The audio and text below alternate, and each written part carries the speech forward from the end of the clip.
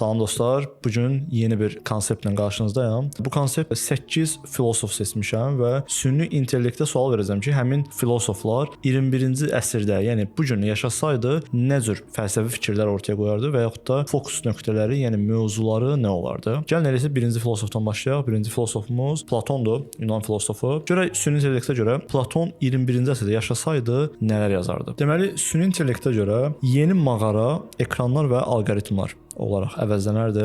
İnsanlar artıq kölgələrə baxmır, amma sosial media, TV, süni intellekt tərəfindən seçilmiş məlumatlara baxaraq həqiqət sandıqlarını izah edərdi. Alqoritmlərin insanların düşüncəsini formalaşdırması, ideyaların manipulyasiyası onun üçün modern mağara olardı. 2. Bilik və hikmət çatışmazlığı. İnsanlar çox məlumat toplayır, amma az hikmət göstərir. Platon üçün problem sadəcə bilik deyil, həqiqəti anlama qabiliyyətinin yoxluğudur. 3. Demokratiya və idarəçilik. 21-ci əsrin demokratiyasını tənqid edərdi. İnsanlar texnologiya və sosial medianın yaratdığı trend ilə idarə olunur, rasional müzakirə yox olur. Filosof idarəçi ideyasını yenidən formalaşdırır. Filosof həqiqəti bilən insan qərar verməlidir. Amma bu dəfə əlifba biliyi deyil, informasiya və analiz biliyi əsas olardı. 4. Texnologiyanın rolu. Texnologiyanın nə xilas, nə də fəlakət sayardı. Əsas sual: texnologiya bizi azad edir, yoxsa daha mürəkkəb bir mağarada saxlayır?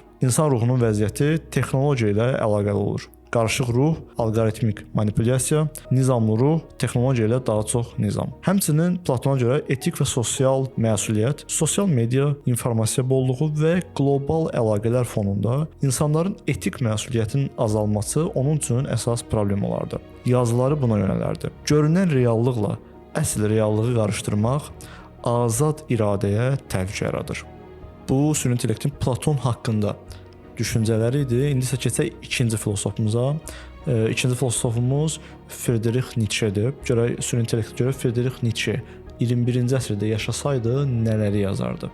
Deməli, birinci mədəniyyət və nihilizm. 21-ci əsrdə dəyərlər çoxluq tərəfindən müəyyən edilir. Trend, populyarlıq və sosial media diktəsi altında. O bunun yeni nihilizm olduğunu yazardı. İnsanların öz dəyərlərini yaratmaq əvəzinə hazır dəyərlər paketinə uyğun yaşaması. Həmçinin übermensch və fərdi güc anlayışı haqqında fərdi inkişaf və özünü aşmaq ideyası müasir kontekstdə süni intellekt, məlumat bolluğu və sosial müqayisələr fonunda. İnsan yalnız məlumatla yox, öz daxili gücü və iradəsi ilə fərqlənməlidir. 3. Moral və sosial konvensiyalar. Ənənəvi əxlaqın köhnə padşahlar kimi artıq təsir etmədiyini vurğulayır. Sosial mediada, reklamda və qlobal mədəniyyətə yalançı yaxşılıq və etik performans görüb tənqid edərdi. Nietzscheyə görə də texnologiya və güc, texnologiya insanı həm gücləndirir, həm də passivləşdirir. İnsan texnologiya ilə özünü aşmalı, amma eyni zamanda onun əsiri olmamalıdır. Üçüncü filosofumuz Schopenhauerdir. Görək süni intellekt Schopenhauer haqqında nələr deyir? Schopenhauerə görə insan iradəsi və istəklər birinci mövzu.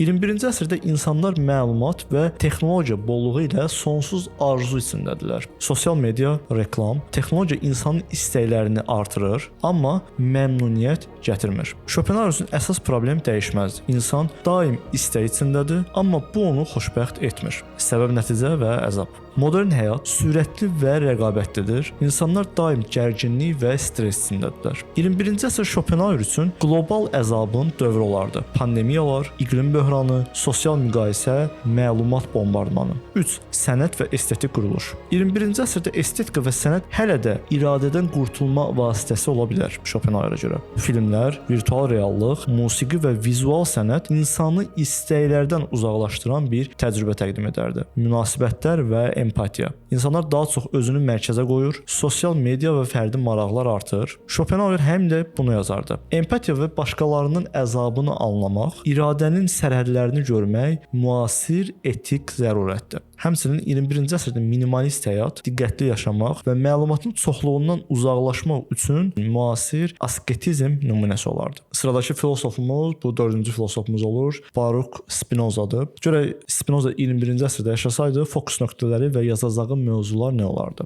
Təbii qanunlar və texnologiya. 21-ci əsrdə Spinoza yəqin deyərdi ki, hər şey təbii qanunlarla idarə olunur, insan və texnologiya da istisna deyil. Süni intellekt, gen mühəndisliyi və qlobal informasiya axını təbii səbəb-nəticə zəncirinin bir hissəsidir. Emosiyaların idarəsi və rasional həyat. Sosial media, sürətli informasiya və stress insan emosiyalarını çox artırır. Spinoza vurğulayırdı ki, razılaşma, bilik və anlayış əsasında emosiyaları idarə etmək insana azadlıq gətirir. Əxlaq və etik harmoniya ilə bağlı yazardı. 21-ci əsrdə etik problem yalnız qanun və norma deyil, həm də qlobal əlaqələrin və texnologiyanın yaratdığı nəticələrdir. İnsan yalnız fərdi deyil, təbiətin və cəmiyyətin bir parçası kimi yaşamalıdır. 4. Bilgi və hüzur. Bilgi, anlayış, hüzur. Belə bir ardıcıllıq və 21-ci əsrdə məlumat bolluğu ilə bilik fərqləndirilməlidir. Səbəb-nəticə və qlobal sistemləri anlamayan insan daxili hüzur və azadlıq tapa bilmir. Bura qədər süni intellektin yazdıqlarından ümumi çıxarımı nəzərə alsaq, əslində hər 4 filosofla bağlı əsasən texnologiya, insanların trendlər üzərinə qurulmuş arzuları və həmçinin onların öz yaşadığı dövrdəki fikirləri ilə məhz bu texnologiya və arzu mövzularının cəmlənib bir müəyyən struktur üzərində məlumat verməsi yazılarını, fikirlərini görürük süni intellektdə. Təbii ki, bu onun yazdıqlarıdır və siz necə düşünürsünüz? Məhz bu 4 filosof 21-ci əsrdə yaşasaydı nə yazardı? Həmçinin video sizə maraqlıdırsa hələ də və ardını izləmək istəyirsinizsə, birinci növbədə videomuza like atın və kanala abunə olun.